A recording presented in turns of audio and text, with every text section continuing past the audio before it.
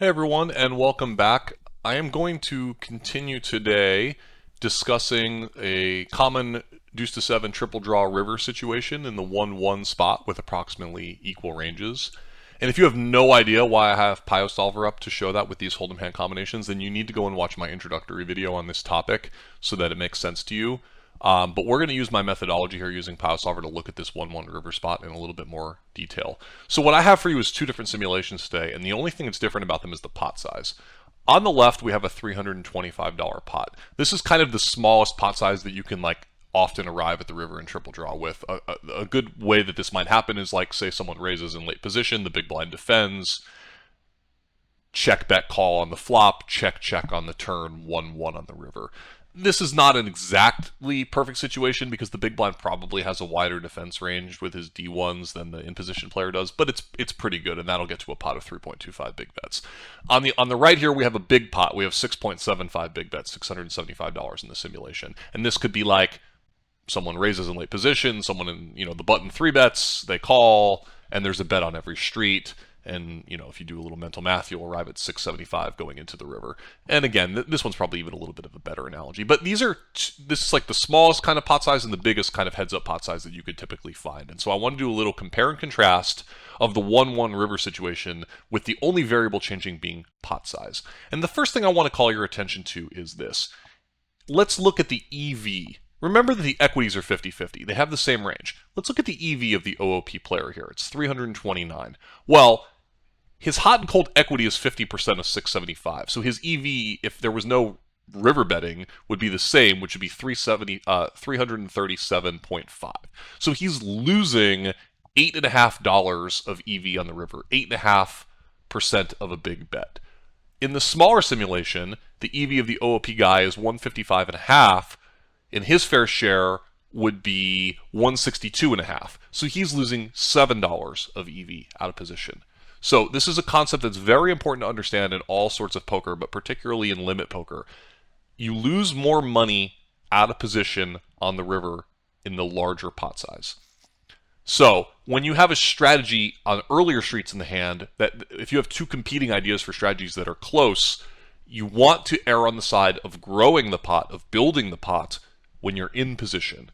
Conversely, you would rather play smaller pot sizes out of position, all else being equal, because in a smaller pot you will lose less on the river in situations where your equity may be fair, but having to deal with river betting is going to cost you money. The in-position player will benefit more on the river in big pots. Okay, so let's take a look at a couple common strategy situations, a couple strategy nodes here. Let's first look at the OOP player. Let's look at some of the differences. In the small pot, he's leading out 35% of the time. In the big pot, he's leading out 41% of the time. Okay, so this just makes sense, right? The larger the pot, the more you have incentive to just go for value, bet hands, and not really be too worried about the fact that the position player behind you still has all his actions available. In the smaller pot, you want to err a little bit more on the side of protecting your range, inducing bluffs, and being a little bit more careful. And we can see that in his actual strategy. Now remember, the blocker effects in PioSolver are not perfect. This is not to say exactly which combinations you should choose which actions with in Deuce-to-Seven Triple Draw on the river. But notice that the nuts, here the 6-5 is the nuts in the sim, is mostly checking in the small pot, whereas it's basically pure betting in the big pot, and he's checking more from the second nuts. I find that a little interesting, a little bit noteworthy that there might be a change like that. Maybe it has something to do with being a little bit greedy in the small pots to induce the bluff and then get the raise in with the best hand. But you can see that there is still a similar strategy difference for the out of position player here. And in these, look at these ace-jack, ace-10, ace-9 kind of combinations. These are inducing a bluff. These are strong holdings that are going to mix a check raise. You notice that he's doing this even more in the big pot. So he's actually kind of going for more thin mergy bets in the big pot because overall he's betting at a higher frequency, but he's checking more of some of these good hands, right? So where are more of his bets coming from? Well, his bets are more coming from these thin hands, these queens. So if we look over a little conversion chart here, these are as weak. These are basically the queen lows in triple draw, and as weak as maybe even a king perfect. So these mergy kind of weak combos are more inclined to bet in the big pot. They are doing no betting in the small pot. So in the small pot, you don't go for as thin a value out of position, and you still protect your range with some checks, but now you don't need to check as many good hands because you're not just trying to bet that much overall. So you end up with a lower betting frequency, but with more good hands mixed into your betting region. So let's see, when he does bet, how should the in-position player respond? We'll look at both. Okay, so in this one, we're getting 15% folds. It's a big pot. Here, we should expect more folds, and we do, 26% folds. So this just makes sense, right? Pot odds. He's getting a much worse price to call in the small pot. He doesn't need to call nearly as often as he does in the big pot. And as a result, he's also going to raise more in the big pot for thin value. So he's calling more and raising more. 24.5% raise versus 19% raise. So, we can see these borderline kind of combos if we look at both. Here we're going for thin value raises with his hand as weak as ace-6, which again is loosely equivalent to a 9 perfect, some sort of good 9 in Deuce-to-Seven. So whereas in the small pot he's only mixing even with the ace-8 combination, which is the good 8s. So we could loosely say that you should raise most of your 8 lows in 1-1 and triple draw in the small pot, and you should definitely raise all of your 8 lows and maybe even some 9 lows in position on the river in a big pot, particularly if your opponent is playing a proper strategy where they're going for those thin value bets themselves. Again, we should also see more bluff raising in the small pot. You're giving your opponent a worse price, and here we see the bluff raising in both hands. Here it's coming from a little bit of everything. Here it comes a little bit more strongly from this 9-5 combo. These are, again, blocker effects in Pio, but you're throwing in some bluff raises. You're also throwing in some bluff raises from some of these crying calling type of hands. So a lot of your 0 EV combos often throw in some thin bluff raises. This is just good poker, but they're always small frequencies, so low frequency plays, right? And then let's look at the other common situation, which is facing a check. And before I click on these buttons, I want you to think for a second. In the small pot versus the big pot, it checks to the in-position player. What is going to be the strategy difference between these two simulations? Think about that for a second. If you realize that in the big pot, he should just be going for more thin value.